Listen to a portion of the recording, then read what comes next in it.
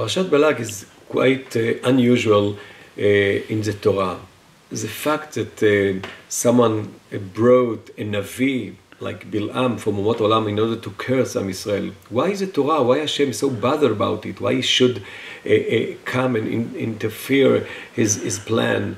As we know, Abrachot and Aklot as bidei Hashem. So why it is so important? So it's very weird, all the parasha of Bilam, and even more than that, all the story with the donkeys that Hashem, Vayiftach Hashem et pi aton. Why it's so important? Because when you read the story, you can see that there is no any real contribution to the story of the aton, to the development of the story, because the same message that he had after the incident with the aton is that he is going to, he will go, but actually he will say what Hashem told him to say. And this is basically the same message that he had at the beginning of the parasha, before he went to his way. So what is it?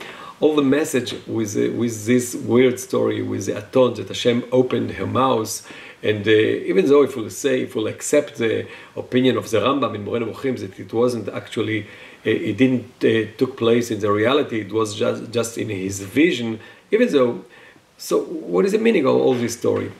So I would like to suggest that maybe there are here two messages. There is an open and revealed message, and there is a hidden message. The open and the revealed message is that the Torah take very, very seriously all the idea of the brachot and klalot, because at that time in the past, and for some people even now in nowadays, all the issue of bracha and klala is very, very serious, and people are taking it very seriously, and therefore Hashem has, in order to protect Am Yisrael from the demoralizations that can take place after the klalot of Bilam, he has to interfere and intervene and interrupt Bilam from his plan, and taking the curses and the klalot and to change them to brachot. And as we know, they are the best and most beautiful brachot that Am Yisrael have in the Torah, actually from the mouth of this Rasha Bilam, and we say it every day in the Tefillah, Ma tovu alech Yaakov v'shkemotecha Yisrael, etc.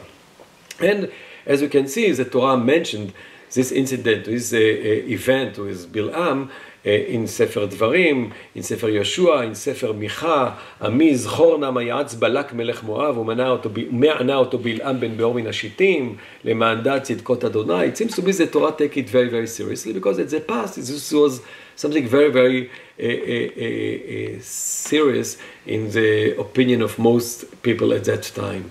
But I think by using all the story with the aton, with this donkey, I think there is a hidden message here as well. The Torah tried to take it in a very ironic way, to show us that this aton, this donkey, actually knows much better than Bilam, this great Navi. The aton shows much better than him. She is the one that actually realized that Malach Hashem, the angel of Hashem, is standing in front of her, trying to prevent them from going.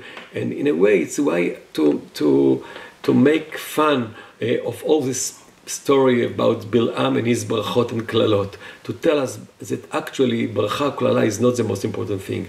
The main issue is the behavior of human being. And I think this message we can see at the end of the parasha.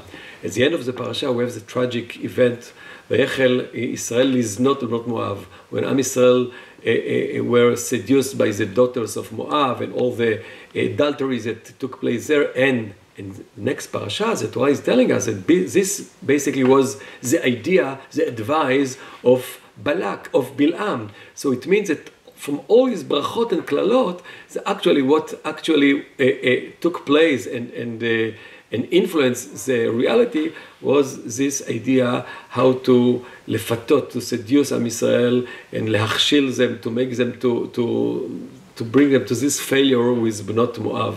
So it means that at the end of the day, not the bracha, not the klala is the important issue, but the way that we will behave in the eyes of Hashem.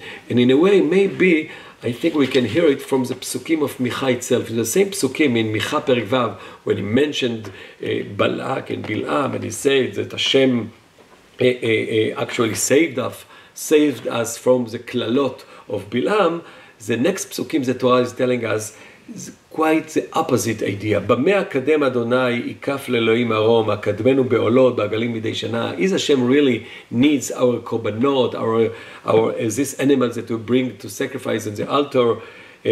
What is really important to Hashem, יגיד לך אדם מה טוב ומה אדוני דורש ממך, כי אם עשות משפט ואהבת חסד והצניע ללכת עם אלוהיך. Just live in a just way and doing chesed and charity and being modest in front of the eyes of Hashem, this is actually the main thing. זה מה שהשם רוצה מאיתנו, not the ברכות, the כללות is the main thing, is our behavior in front of Hashem. This is the main message that Torah wants to tell us. So in a way, there is a double messages here. On one, and in a way, they are quite opposite. The open and the revealed message speaks about the importance of the brachot and kalot, but in the hidden message, the Torah is telling us this is not the real issue. The real issue is our behavior. This is actually what is important in the eyes of Hashem, and this actually will design our fate, our goral in this world. Shabbat Shalom.